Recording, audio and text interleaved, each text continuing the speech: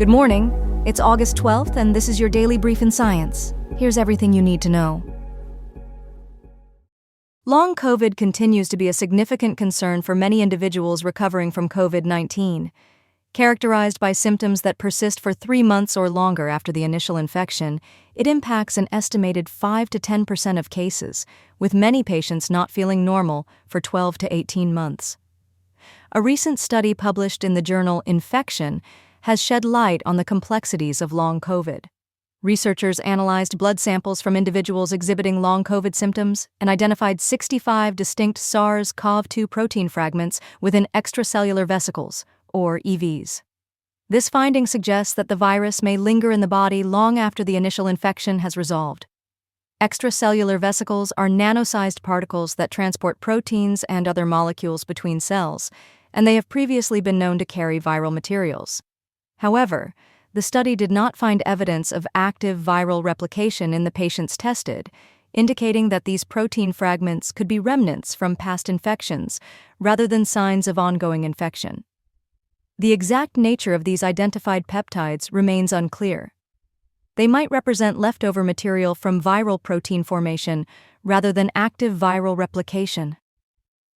Additionally, questions have been raised regarding the stability and timing of these molecular signals in blood samples, particularly whether exercise triggers the release of viral material or if these peptides are simply remnants from earlier infections. An ongoing clinical trial is investigating the relationship between extracellular vesicles, immune function changes related to exercise, and post-exertional malaise, a common symptom experienced by long COVID patients. William Stringer from the Lundquist Institute for Biomedical Innovation noted the absence of confirmatory tests for long COVID diagnoses until now. If validated, the detection of EV-based peptides could lead to a valuable diagnostic tool and inform treatment strategies for long COVID.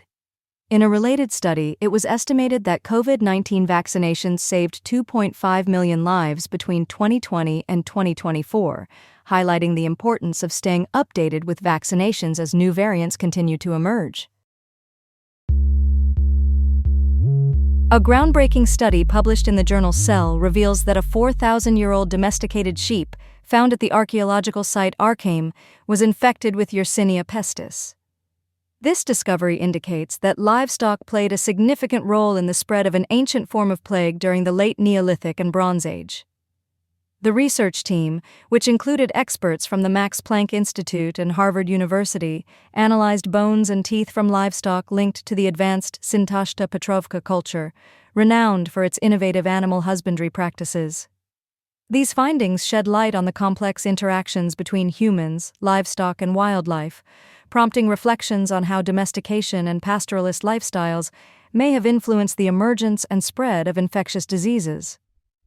Notably, the study found that the late Neolithic Bronze Age plague lineage of Yersinia pestis lacks the genetic components necessary for flea transmission. This raises questions about alternative transmission methods, such as direct contact with infected livestock or carcasses, which could have triggered outbreaks among Bronze Age human populations.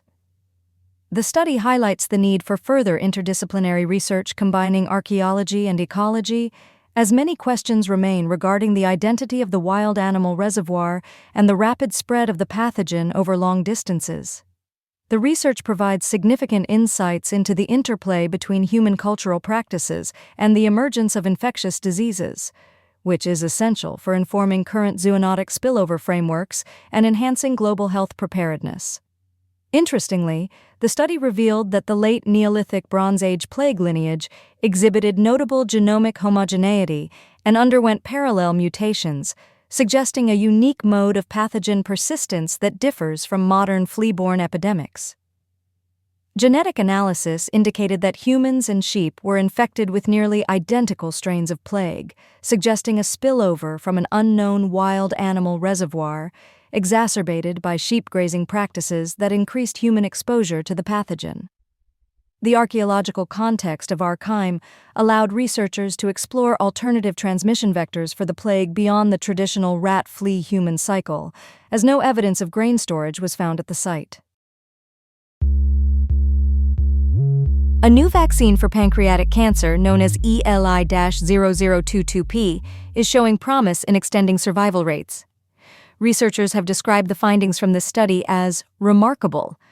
In a Phase 1 trial, patients who exhibited stronger immune responses to the vaccine experienced an average survival of 2 years and 5 months, along with a significant period without cancer recurrence.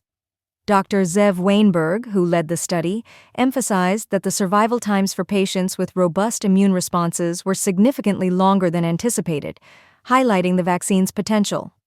Pancreatic cancer remains one of the deadliest cancers, with around 10,800 new cases diagnosed annually in the UK, making it the 5th most lethal and the 10th most common cancer.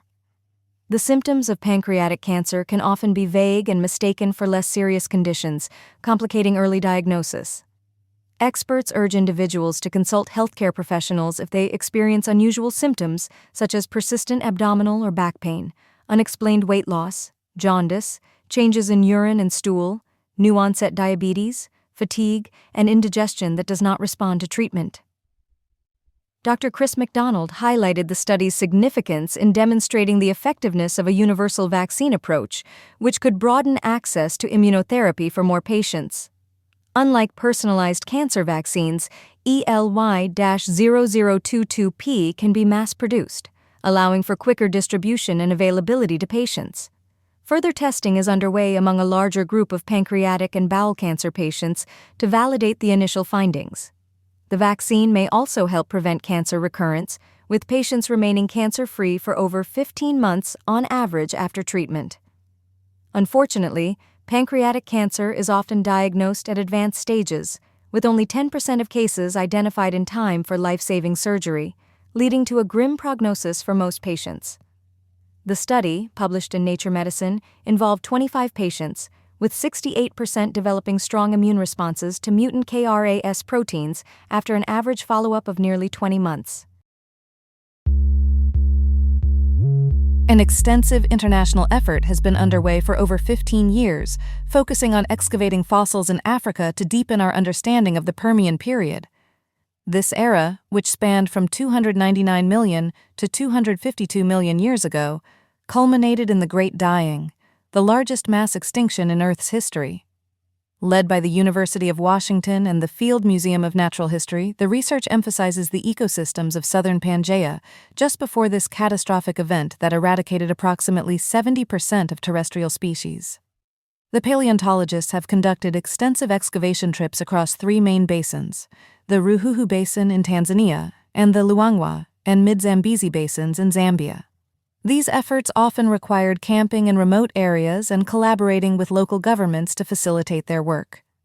Once analyzed, the collected fossils will be returned to Tanzania and Zambia, providing a remarkable showcase of Permian specimens that offer unprecedented insights into terrestrial life before the mass extinction.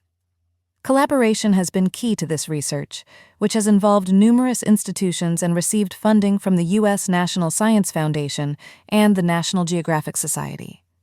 Among the significant discoveries, new species of Dicynodonts, Gorgonopsians, and temnospondylus were identified, which are essential for understanding survival and extinction patterns during this critical period. According to Christian Sidor, a professor at the University of Washington, these new fossils will illuminate which species survived the mass extinction and the subsequent evolutionary changes. The findings also enable geographical comparisons within Pangaea, allowing researchers to investigate survival and extinction patterns among species before and after the Great Dying. This research represents the largest analysis of the fossil record from this region, which has been historically underrepresented compared to the well-studied Karoo Basin in South Africa. The Karoo Basin has long been the primary source of knowledge about the Permian, but recent discoveries in Tanzania and Zambia have revealed a comparably pristine fossil record. The team's findings were published in a 14-article series in the Journal of Vertebrate Paleontology, detailing various animals from Permian Africa, including saber-toothed predators and large salamander-like creatures. The Permian period was marked by significant evolution of terrestrial life and diverse ecosystems, which were largely obliterated during the end Permian mass extinction, leading into the Mesozoic era. Recent research from the University of Pittsburgh has unveiled a promising new approach to treating neurodegenerative diseases such as Alzheimer's and Parkinson's. The study focuses on nuclear speckles, cellular structures that are vital for regulating protein production, folding, and degradation, which are essential for maintaining proteostasis, or protein balance in the body. One of the key findings is the role of the FDA-approved drug pamovinium-pamoate, which operates by lowering the surface tension of nuclear speckles. This action enhances their interaction with chromosomes and promotes the expression of genes that are crucial for maintaining proteostasis. In a series of experiments, pamovinium-pamoate was found to significantly improve the shape and function of nuclear speckles. Notably, it reduced pathological tau protein levels by approximately 70% in mouse neurons, a critical factor in neurodegenerative conditions. The drug's efficacy was further demonstrated in fly models of tauopathy, where it not only reduced tau protein accumulation, but also improved motor function. The research extended to models of frontotemporal dementia, where pamovinium-pamoate successfully restored the shape of nuclear speckles and lowered tau levels without inducing cellular stress. Senior author Bokai Ju, Ph.D., highlighted that rejuvenating nuclear speckles could represent a groundbreaking advancement in neurodegenerative research. Ju's team aims to move this research forward into clinical trials to assess the drug's effectiveness in humans suffering from proteinopathies. The findings also suggest that pamovinium-pamoate may have broader applications for various protein-related disorders, including retinitis pigmentosa. Additionally, studies involving fly models showed significant improvements in locomotive abilities, reinforcing the therapeutic potential of pamovinium-pamoate in treating neurodegenerative diseases. Ju's previous research indicated that the shape of nuclear speckles influences their function, with more spherical shapes correlating with poorer proteostasis. This study underscores the importance of nuclear speckle dysregulation in neurodegeneration and advocates for further clinical trials to evaluate the drug's efficacy in humans. This has been your Daily Brief in Science. To read more about these stories, follow the links in the episode bio. You can also subscribe to these updates via email at www.brief.news. For more daily podcasts about the topics you love, visit brief.news/podcasts. Tune in tomorrow. We'll be back with everything you need to know.